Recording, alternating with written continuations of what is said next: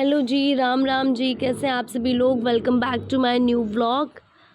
और अभी मैं आई हुई हूँ मंदिर, यही हमारे पास के मंदिर में आई हुई हूँ मैं अभी। अब आपको सस्ता वाला फ़ोन है पर इसे भी बुरा नहीं आता है, सही आता है। क्या ये वीडियो है क्या? हाँ, वीडियो व्लॉग में लूँगी ना आपको। आपने तो हेल्प करी है, हमारा हो नहीं पा रहा था शूट, अंकल ने हेल्प करी है। Thank you uncle. तो गाइज़ यहाँ पे हम लोग आए हुए हैं पास के मंदिर में ही शूट करने के लिए, एक भजन का शूट करने के लिए। तो यहाँ पे एक्चुअली मतलब अब शूट की परमिशंस नहीं है, बट जो हमारे ज़िला के उपाध्यक्ष हैं, इनसे हमने बात करी। इन्होंने फिर आके हमें सपोर्ट किया, पास में ही रहते हैं अंकल हमारे। तो इन्होंने फिर हमारी हेल्प करी, और जो कि मतलब इस मंदिर की कम्युनिटी वाले हैं उनसे बात करी और उनसे परमिशन ली। फिर हमने यहाँ पे आराम से शूट किया। कुछ हाथ हमारे दादा का भी था, भगवान जी का था, और कुछ हमारे भगवान जी का ही था और अंकल का था साथ हमारा, जिसकी वजह से हो गया। क्योंकि हम पहले आए थे अभी परमिशन लेने के लिए, तो उन्होंने बोला कि देखो कम्युनिटी से बात करनी पड़ेगी। तो यहाँ पे फिर हमने यहाँ पे क्या कहते हैं अपना मुहूर्त किया शूट का। मम्मी प्रसाद बांट रही हैं।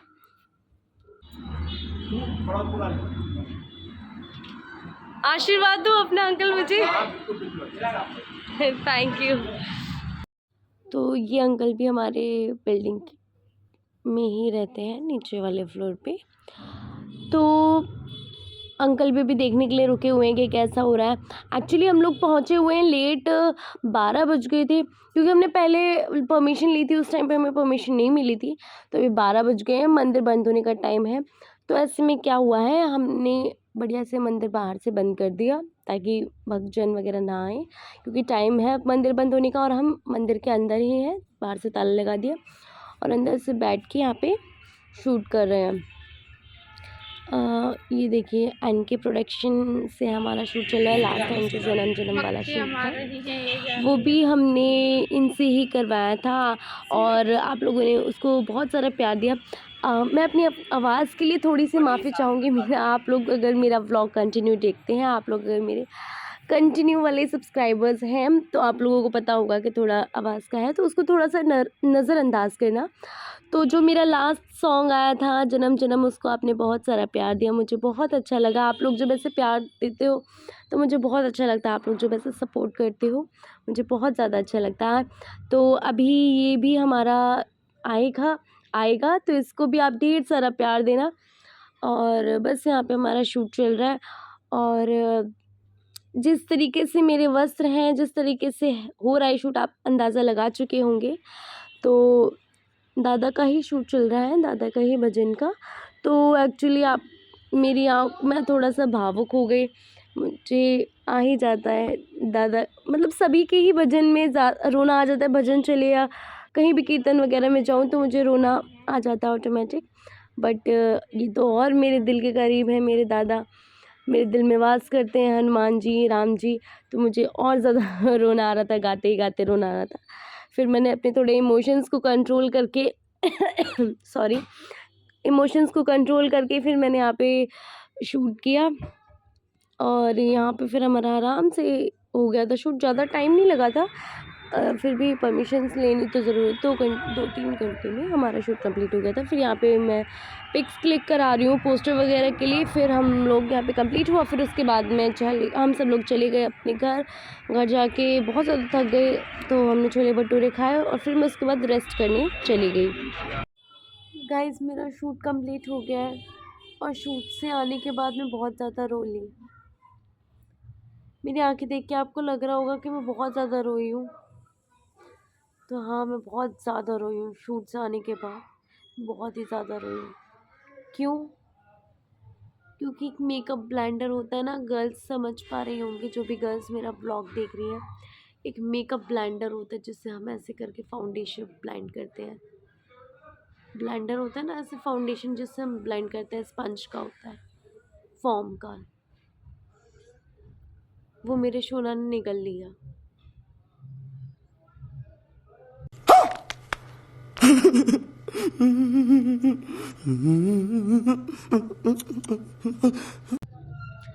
जैसे मुंह में वो ब्लेंडर लेके रखा हुआ था, मैं उसे लेने की कोशिश कर रही थी बट ये दे नहीं रहा था। फिर मैंने इसको इसकी चिज्जी दी। जब मैंने इसको चिज्जी दी तो ये कुछ बोल नहीं पा रहा था, जबकि इसको चिज्जी बहुत ज़्यादा पसंद है। ये जैसे ही चिज्जी निकालो बहुत ज़्यादा एक्साइटेड हो जाता है, बट ये आ नहीं रहा था आगे। मैं समझ नहीं पा रही थी। इसका मुंह खुला हुआ था, तो मुझे जितने में समझ आया कि हाँ, इसके मुंह में वो फंसा हुआ है, इसके दांतों में वो चीज़ फंस गई है। तो मैं जितना ही हाथ लेके गई इसके मुंह से वो फॉर्म निकालने के लिए, इतने में इसने निगल लिया और चिज्जी मांग ली।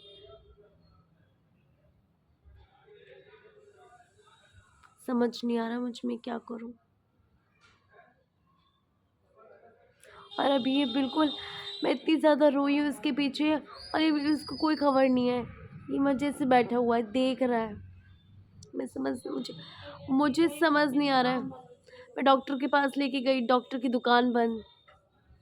एक फिर मेरे व्हाट्सएप पे हैं जो डॉग्स वगैरह का शेल्टर चलाते हैं, ऐसे करके कुछ एनजीओ वगैरह है उनका, कुछ शेल्टर टाइप का। तो उनसे मैंने पूछा, उन्होंने बोला कि आप डॉक्टर के पास लेके जाओ। डॉक्टर के पास मैं लेके गई, बंद। अब मुझे समझ नहीं आ रहा, और जो दूसरी डॉक्टर की दुकान है वो बहुत ज़्यादा दूर है, जो मेरे घर के पास की है, मैं वहाँ पे लेके गई, वो बंद निकली। सच में मुझे समझ नहीं आ रहा क्या होगा। मम्मी तो बोल रही है पॉटी में निकल जाएगा, बट अब क्या करें। मैं इतना ज़्यादा परेशान हूँ गाइस, बहुत ही ज़्यादा।